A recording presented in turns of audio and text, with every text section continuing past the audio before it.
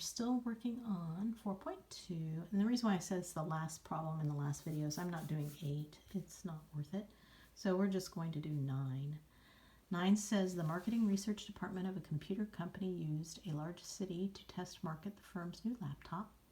The department found the relationship between price, P dollars per unit, and demand, X units per week, was given by the function.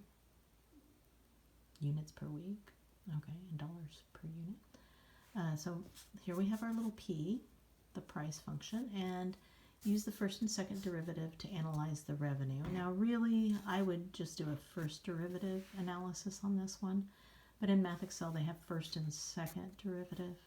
Trying to conclude something about a second derivative with respect to revenue is not easily done. So first derivatives are a little bit easier. Here we go. So note, omitting 8 and looking at 9. Now we got a revenue function by taking x times p, and that's where you get negative 0.24x cubed plus 4050x.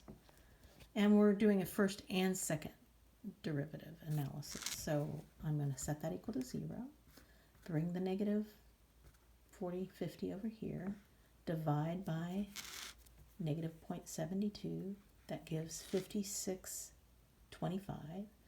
You technically get plus or minus 75, but these are laptops, so we're not going to have negative in our domain. So we're going to just use 75 and go to my R prime here, which is from 0 to 100, because that's the restricted domain they gave us, and I put a 75 on it. Now I notice I'm going 0 to 100 because it was given that this is defined from 0 to 100, so that's why I did this, 0 to 100. And I'm analyzing the first derivative. So I'm going to pick something over here. I chose 50. I got positive, so this is positive.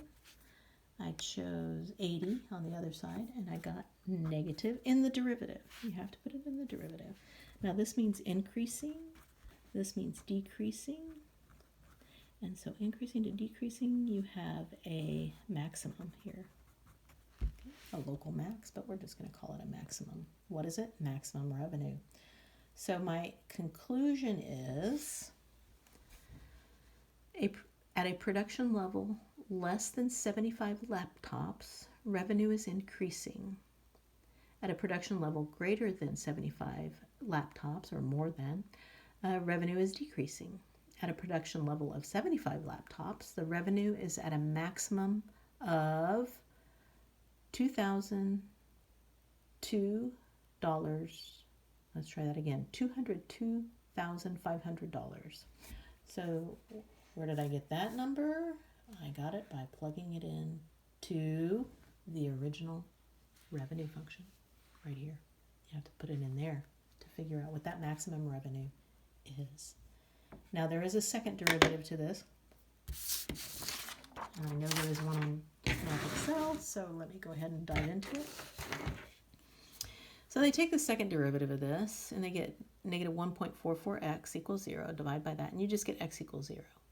So we are looking at 0 to 100 with no partition because 0 is over here. So nothing divides it up. And I'm looking at the second derivative. So I'm going to pick something. I picked 50, just smack in the middle, 50. And when I put 50 in the second derivative, well, take negative 1.44 times 50. That's negative. So this is negative, which means this is concave down everywhere. There are no inflection points, just concave down. Well, if you think about what the revenue function looks like, it's an upside down parabola. So there you go. The revenue function is concave down on 0 to 100. That's what they're writing in Math Excel, and I'm saying that is at all production levels. So now what that means, we're not going to worry about it. The first derivative was more important to this class. All right. See you later.